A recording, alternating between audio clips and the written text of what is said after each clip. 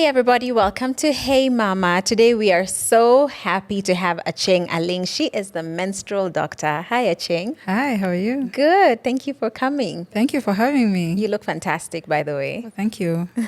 Should you tell them that you made me look like this? I had nothing to do with it. Achieng, maybe you can start by telling us a little bit about yourself and your family. Okay. So, you've already introduced my name. I'm a gynecologist, and I'm also a global health specialist. But most importantly, I'm a mother of 2 boys. I have a 9-year-old son and a 4-year-old son. Been married for going on 10 years now. So I really love my family. Yeah. They come first. And even shifting to do more global health work was informed by my wanting to be present for them during their growing years. Yeah. Yeah.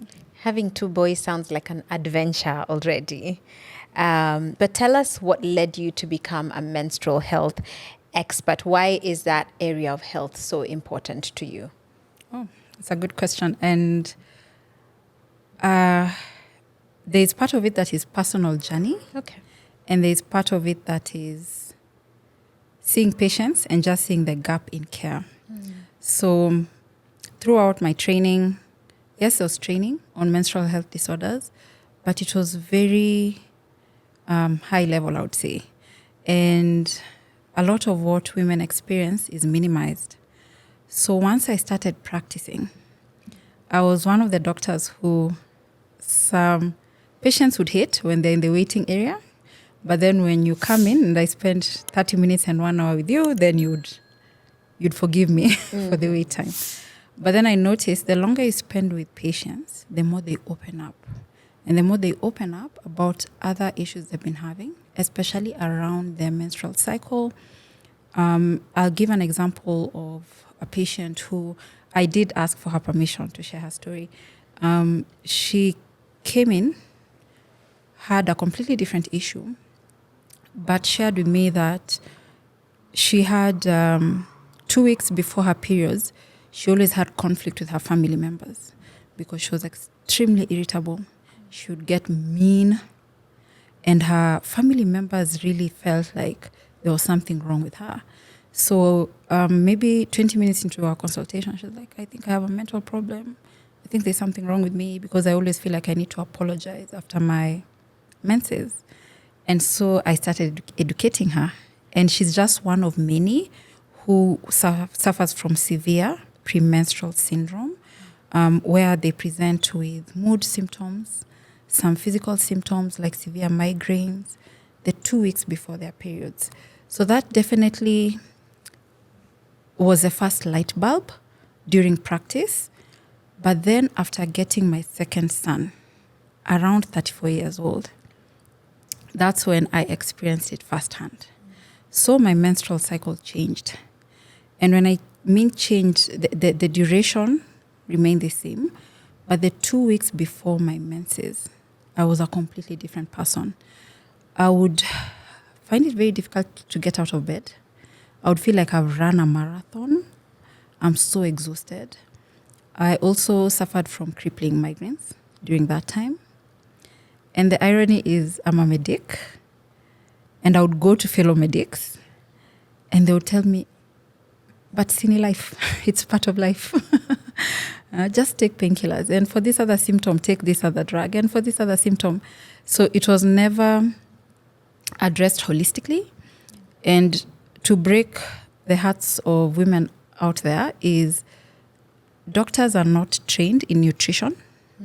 The best that we usually share is clean up your diet or increase your physical exercise. But in terms of me actually prescribing what you need, I had to go and actually enroll in other training to be a better provider. So I felt the iniquity in the sense that I'm a doctor. So I have the advantage of knowing, I know what's happening. So if the system cannot work for me, let me do something for myself. But then I felt what of the other women out there who the system, they don't know better. They trust the system. And the system is not responding to their needs and their concerns. So the experience I had, I learned from patients actually that they need help to self-advocate, and they need to understand that you're not stuck to that one healthcare provider. Seeking help is like dating. You sometimes don't gel with your provider, you sometimes don't mesh with your provider. And it's okay to seek a second, third opinion, fourth opinion until you get someone who hears you and is willing to go through the journey with you. I think also understanding that menstrual health conditions are chronic conditions. There is no bullet, there's no silver bullet that will just clear it out and you'll be okay. You actually need to consistently be involved in your own care. And since our training will take some time to catch up, and on this point, I do feel like I need to speak up for the doctors. They're not being malicious intentionally. Their training really did do a number on us and convince us that there are some things that maybe are exaggerated. I feel like I need to mention there's a condition known as somatoform disorder in medicine, where you're having physical symptoms that are severe enough to affect your daily functioning, but all the tests are coming back normal. And so we assume it can just be in your head. It's all in your head. And women are 10 times more likely to be diagnosed with this because it mostly presents with fatigue, dizziness, palpitations. All tests are coming back normal. And because of that, doctors tend to quickly get to that diagnosis. And we're actually pushed to do it, to actually diagnose somatoform disorder early if the test results are coming back normal. So I'm really hoping with being a menstrual health doctor is to really advocate for change within the system and also for women to be their own best advocate by ensuring that they have access to information. Doctors also have the narrative of let's not give them too much information because then they'll start making up symptoms. And I think that's really not right. The percentage of people who would probably do that is quite small. Most of us want to know what is going on with our bodies. Yeah. Yeah, because if you don't tell us as doctors, we Google and many times end up with the wrong information either way. Yeah. And it's worse because you come to us and you're like, so you knew this could happen and you never told me and I've been coming to you. Yeah. And then now broken trust. Exactly. Yeah.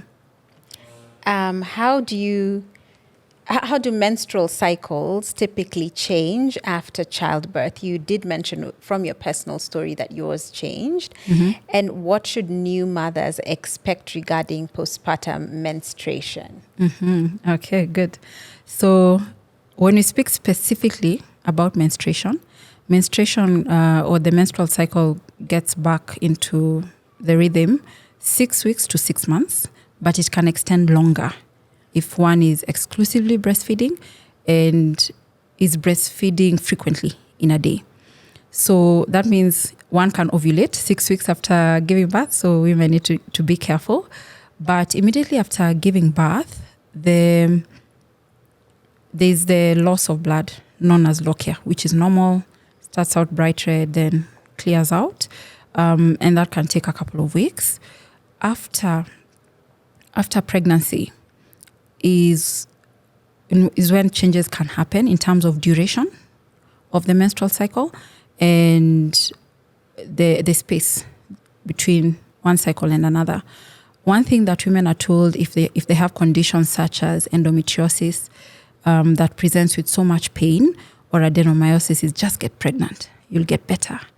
And yes, for some women it gets better, but unfortunately for some it gets worse. So you can imagine the mental toll of getting pregnant because you are so in such a hard place, you're in so much pain, and then the pain worsens. Not only that, there are women who develop endometriosis postpartum. Not to scare people, this is not like a high number, but it's just that awareness that the solution of giving birth to cure your endometriosis is somewhat false, because even those who find relief a few months after, they tend to get the symptoms back after a couple of years or even 5 years or so. So I just wanted to mention that is not the best advice to share out there. But I'm also very passionate about menstrual health and its impact on our emotional well-being and mental well-being. So women who have conditions such as polycystic ovarian syndrome, conditions such as the severe PMS, they're at a higher risk of postpartum depression and postpartum anxiety. So that's something to be aware of. And if women knew that, they would watch out for the signs, or even those close to them or around them would watch out for the signs. And we know that as we are taking care of mothers in their pregnancy, sometimes there's a gap after they've given birth. After that 6-week mark, we tend to move on. And now we are just following up baby. So I think it's paramount that women understand that the menstrual cycle is beyond just the bleed. It's a marker of your well-being and how your system is working. Because when you're stressed, it impacts it. Yeah. And also postpartum, I'd like to mention just the stress of postpartum, sleepless nights, difficulty, maybe you can't breastfeed, or you're having infection, mastitis. All these things increase the stress that you're going through and mess up with your hormones. The pathway for stress hormones is the same pathway for female sex hormones. So it's very important for women to have support network, to have community, and to understand that things change. You can only know things changed if you knew what your normal was to begin with. So many women say, but I track my periods. You only track your periods. You need to track your cycle. Because you have the week where you're bleeding. You have the week before, the weeks before ovulation. You have the ovulation time and the weeks after ovulation. And all these different phases present with different things in your body. And it's so important because if you do that, you hack your biology. Because there are times when you can really run this world. You are the corporate babe, you can do 10 things in a day, but then there are times that you need to just concentrate on a few things. So if you can hack that cycle, then you can really just live a better life and have an understanding of when to call for help. Mm-hmm. Yeah. I think that's so valuable because then women can really understand how to thrive when they understand how their bodies are functioning. Yeah. You've actually answered the next question I was going to ask you, which is something that, women believe that after they've had a baby, that breastfeeding is like a foolproof method of contraception. But you have said not quite. Yes. And let me add something else in there. If you are on contraception, please start the contraception after giving birth. Especially, we get those Irish twins when weaning starts or baby starts sleeping through the night. So that lactational amenorrhea happens when you are able to feed that baby like every 3 hours. So that hormone prolactin in the brain is released and then it stops ovulation. But if you are not consistent, you go back to work, baby sleeping through the night, please. You'll get another baby. You will be surprised. Yeah. I also feel like you've answered this, but is there a relationship between menstrual health and conditions like postpartum depression or anxiety? I know you've said that, especially if you have conditions already existing like PCOS, endometriosis, but even just for women who don't have any pre-existing conditions, is there a relationship between their menstrual health and postpartum depression or anxiety? I would not say menstrual health directly, but the hormones that are released. So the same mechanism that leads to PMS, and there's a severe form of PMS. So PMS affects 75% of women. That's 3 in every 4 women you come across. The only difference is severity. And the fear in the world is the women, the 25%, have louder voices. And they're always out here saying that other women are making up their symptoms. And they're also menstruating. So what's a big deal? And I'd really want to squash that because it really frustrates me. I also make the content on menstrual health. And some of them come into my DMs or they write on my posts but this is part of life. You guys are just using this as an excuse to be bad human beings. And it really frustrates me. So what happens is in the phase before you bleed, your hormones dip, estrogen and progesterone. So the week just after you ovulate, estrogen is the first to dip while progesterone is going up. So things are not that bad.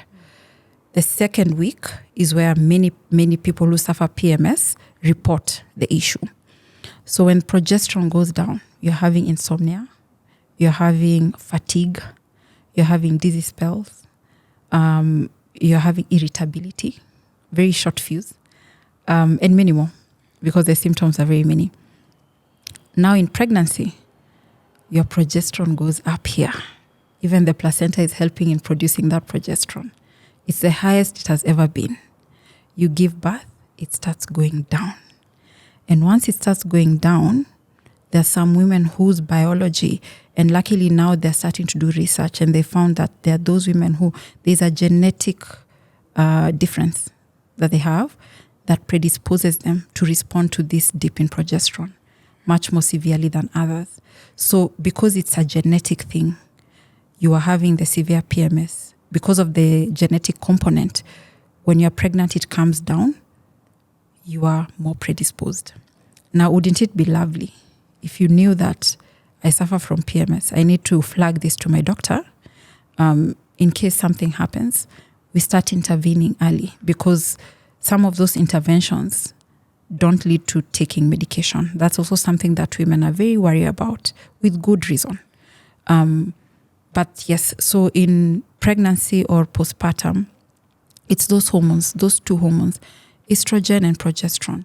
And also estrogen, when it's coming down, it activates a certain neurotransmitter in our brain, serotonin, which is a mood hormone. It's a mood regulator. So if your estrogen is collapsing, what happens? Your mood is in work. So there are those women who, 25%, them they're happy-go-lucky, they're happy. No problem in their lives. But they should not judge these other 75% who may need some comfort.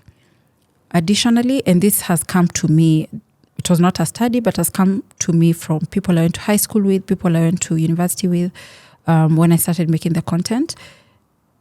There's a lot of reports in terms of their capacity to manage PMS. Their resilience is reducing postpartum.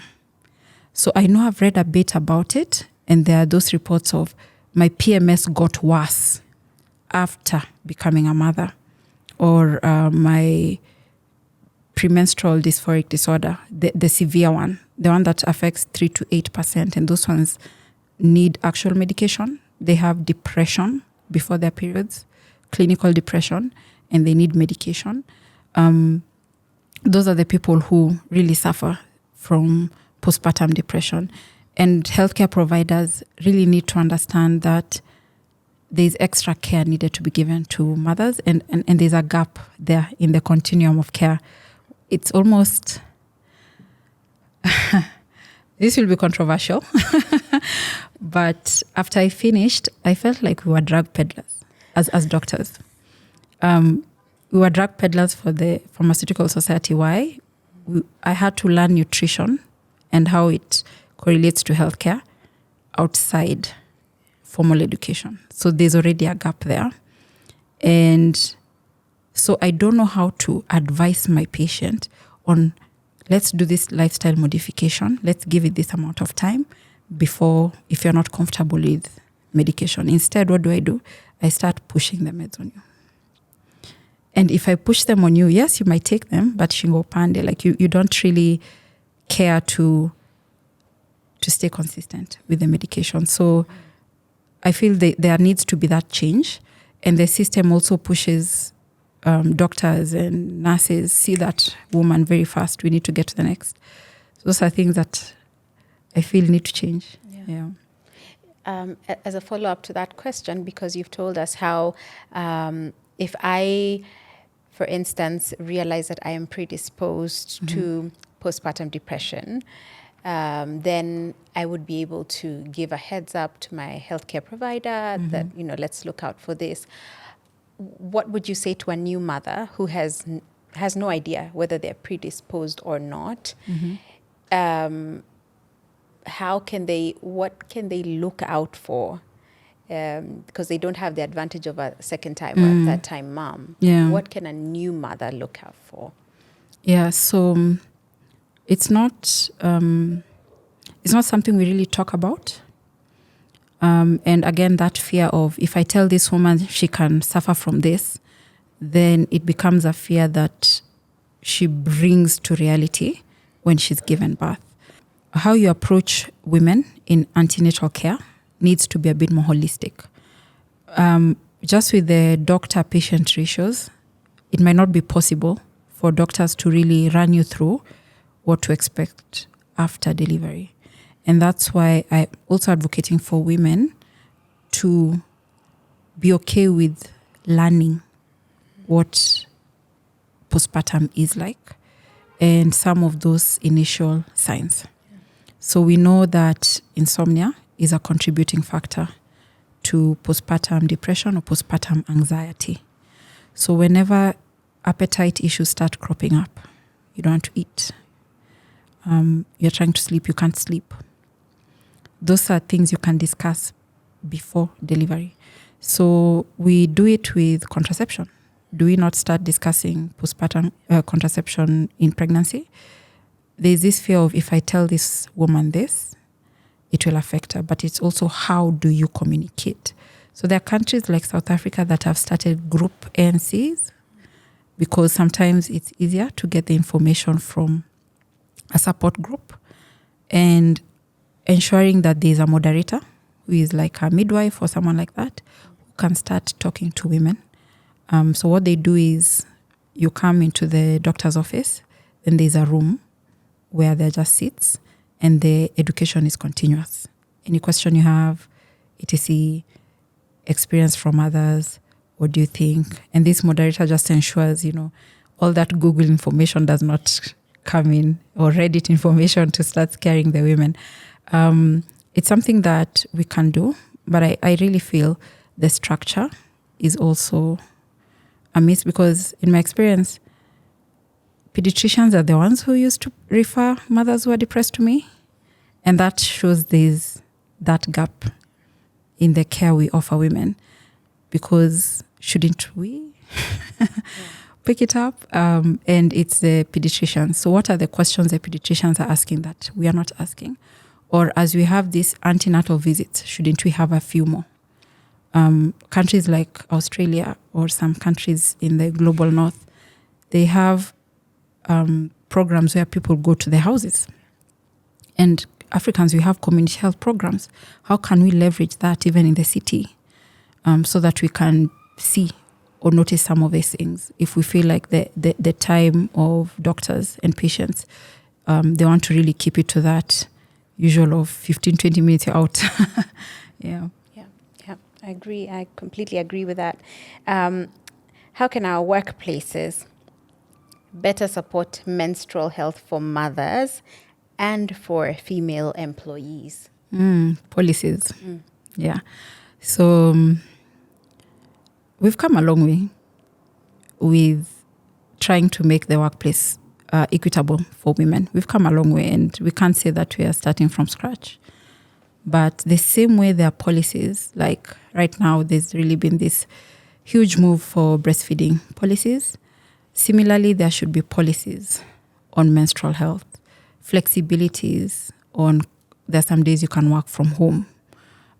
Just understanding that there are studies that have shown women have reported that the menstrual cycle or the PMS time is so severe that they have to get sick offs. And it's just a delicate thing to push on because of the resistance of, oh, we're already giving them maternity leave. Now we have to give them menstrual health leave. And also the feeling that people will abuse it. I don't know why the world really believes that women are just people who, if you give them information, they will just abuse the system. I don't know where that came from, but it needs to change. I've done menstrual health policy for one workplace, and it's really been good for the women. And it's not something that is easy to discuss, but I've had a lot of fun having small sessions with women and them reaching out after and being a bit more open about the impact of their menstrual health on their capacity. So if someone really has those severe symptoms, like even pain during menses, and they're just expected to do that presentation in the boardroom, it's just inhumane, in my opinion. Yeah. So talking of pain through menses, how can a woman look out for issues and underlying issues with their menstrual health, an indication of PCOS or endo? What would be some of the signs? Because I've heard it said periods should not be painful. What is a level of pain that is acceptable, or which one should I say? This one, maybe I need to get checked. What can I look out for? Yeah, so there's what they refer to as normal, and I use this air quotes because it's only labor and menstrual pain that is normal. So one of the things is, number one, tracking. So the apps actually have these components of how are you feeling today? How is your mood? And women don't even care about that. And they really should. Because there are times where even with endometriosis, the pain does not follow the bleed days. Depending on the grading of the endometriosis, they can be in pain throughout. And so that's why I say, how can we say that menstrual pain is normal when we also use it to diagnose endometriosis and adenomyosis? At what point do we have this cutoff? So we know that there is some discomfort that comes with, again, hormones that make your uterus contract. And if you're having pain where you use a hot water bottle and you're okay, you pop the lightest painkiller, like maybe a paracetamol tab, Buscopan, you're okay, then we may not feel that there's really an urgency to really look into some of these things. That's med school. When I've now gone to read on nutrition and lifestyle, there's a lot that contributes to some of these menstrual health disorders or the severity of them. And that's the type of diet you take. So if you're taking foods that cause a lot of inflammation, estrogen is a strong anti-inflammatory hormone. So if you're taking KFC, and now with the very fast lifestyle, you may not be aware that that is your lifestyle, but you've been taking KFC, you're taking very little water, vegetables and fruits are aroma in your diet, and you don't work out at all. Yet, studies have shown actually working out 150 hours in a week is sufficient to significantly reduce some of these symptoms, lessen the severity of that pain, the one that does not need intervention. Now, you've mentioned polycystic ovarian syndrome, one of the most, the hallmark signs, irregular menses. And this is also why you need to know your normal. We know the normal is 21 to 35 day duration. So you can have a 32-day cycle, someone else has a 28-day cycle. And also one thing women don't understand is very few of us have specific 28 on the dot. So long as there's a 5-day variation, it's considered a regular cycle. So people should not panic. If you had 28 days and then you have 31 days, it's still normal. So first is the irregular cycles, and then polycystic ovarian syndrome. It has androgen excess, a bit more testosterone or the other androgen hormones in excess in your body. So ladies have facial hair, acne. So sometimes adult acne needs to be investigated. But some of this can be masked if you're using contraception as well. That's why I would like to say women need to take care of their health the same way they take care of their, beauty. You're going for that facial. It's costing you 8K. You don't mind. But immediately I tell you to pay for consultation. Wow, that's where you draw the line. Huh? They want to take advantage of me. It just shows how are you really prioritizing your health. So I'd say that's one thing. And beauty is beautiful. Yeah, spend that 20K buying those beauty products because it holds your esteem. You feel confident if you walk into a room. But the same way, look at yourself on the inside. Take care of yourself on the inside. So PCOS is definitely something that can be managed. And the reason it's very important to manage it is it also leads to other metabolic disorders, meaning telling a lady who has PCOS to lose weight is not the same as telling someone who does not have those issues, because it's harder for them to lose weight. The system, insulin resistance, all these things. So it's best for them to be managed, and not just medication, but also those lifestyle changes. I can't really go into everything, but they exist. Endometriosis is painful, chronic condition. There are interventions that can be done, but recurrence occurs. And there are women who've reported those lifestyle changes really help. PMS is a condition where doctors don't like, what are they called? Vitamins, supplementation. But there are studies that have shown supplements such as chasteberry really help with some PMS symptoms. And I say help, I'm not saying eliminate, because I don't want some doctors to say I've become a quack. But yes, so it's a matter of really taking ownership, doing the research. I love when patients do research and come and ask me, because then the management is together. It's not that I'm telling you, see, I've told you, see, I'm the doctor, see, I know. I think it's better for patients to have that ownership. Yeah. Yeah. Does the doctor always know? No. No. 100%. Okay. I know a lot has happened in this menstrual health space. Even as you said, we're not where we were. We've made lots of strides. Mm-hmm. But what innovations or shifts are you currently most excited about? I'm very excited that people are starting to talk more about it, being more open about it. People would struggle with PMS, but who would you tell? Who would believe you? And it's so painful to tell someone that I'm really struggling with this, and then you get dismissal. So I really enjoy the fact that these safe spaces are coming up. And I am also very excited about other menstrual products coming up, such as a menstrual disc, menstrual cup, because I use a menstrual cup, sometimes a disc, well, sometimes even pads. I'm just everywhere. But it's really comfortable, and it's really exciting to see that. I'm also excited to see the practitioners who are taking those extra steps to get further education, to take care of women better, because they exist. So it's very exciting to just see that it's becoming prioritized. I do have the fear that some people may start using that and labeling it as a weakness that women have. I do have the fear, because society tends to sometimes skew in that way and be like, why would I employ a woman? It's not just pregnancy that is a problem. Also menstruation is a problem.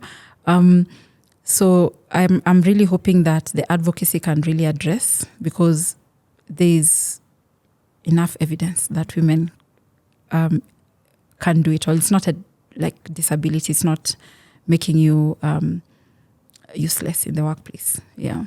Yeah. So how can menstrual health education help in transforming women's overall well-being and empower mothers in particular? So I think menstrual health education in general for women is understanding that your menstrual cycle, you can use it to determine when you actually need to seek medical help. So if it's irregular, something has changed, the flow. If the flow suddenly becomes a lot, it can be fibroids or other estrogen dominant conditions that lead to that. And then it's time to seek help. So that's something like it can trigger understanding something is wrong. Suddenly you're not having a cycle. Conditions like even hypothyroidism can be due to this. So I think the menstrual cycle is very important for people to just help with that awareness of, okay, this is my steady state, this is my normal, and something is off. What has changed? Have I traveled some place new? Am I having work stress? Is there something else I need to address? It's actually a blessing in a way, because it's showing you maybe you need to slow down. Maybe you need to recalibrate your body. You need to look at your diet. Are you taking like alcohol all the time? Caffeine too much? Because all these things have been shown to actually exacerbate some of these symptoms. It can also help women with chronic conditions. I'll give asthma as an example. So there's also another condition known as premenstrual exacerbation. And that is worsening of your already existing chronic condition. And women have more autoimmune conditions, so even lupus and stuff like that. So sometimes for them, when these hormones are dipping, then their symptoms worsen. So there are some women who noticed, I always get asthma attacks the week just before. So that shows, like in terms of preparation, it's like you have an internal alarm. Isn't that beautiful? It is. So I think I look at it, when you look at it like that, it's very helpful. As a mother myself now, let me talk about postpartum and knowing about your cycle. Remember I said the symptoms can be irritability, snapping at your husband, at your children. And if you have an awareness that that is how your PMS presents, you have an opportunity to prepare so that you're not starting to accuse people around you of suddenly becoming monsters, and you now have to struggle and everything is so hectic. And then you also learn to ask for help.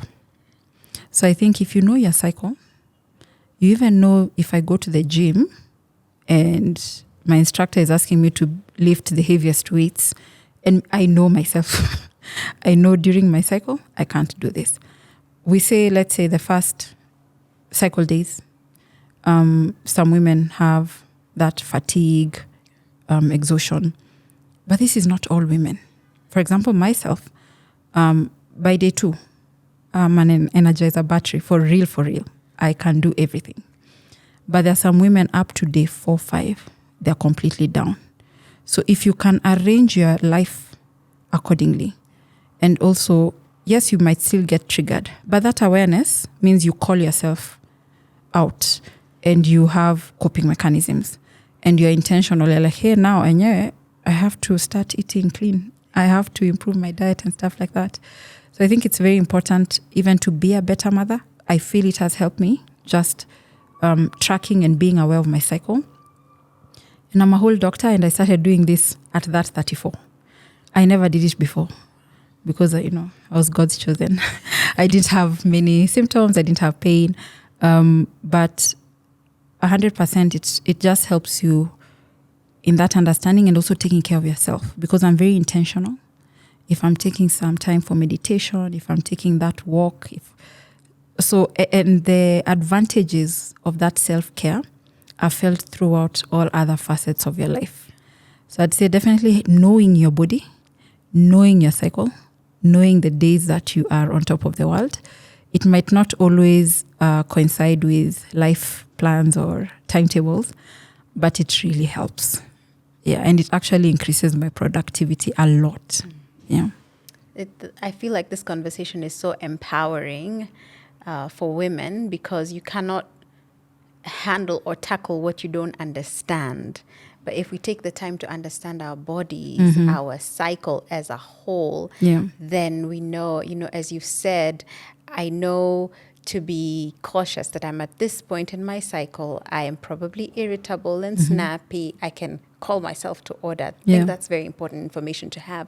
But also off the cuff, do you feel that there's an importance of involving the men in the 100%. conversation of menstruation? Yes, so I did mention that I did a menstrual health policy. And of course, doing that for an organization means you have to go in, you have to collect data, and you also have to share the learnings. And I was very insistent on men being in the room. It's important as well, for example, even my case, if I kept it to myself, that my PMS causes me to mine presents with a lot of fatigue and migraine.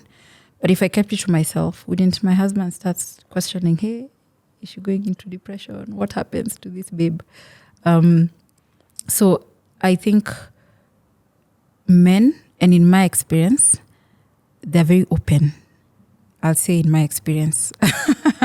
I've also learned it's how you approach the subject, because we don't want men to feel on the outside.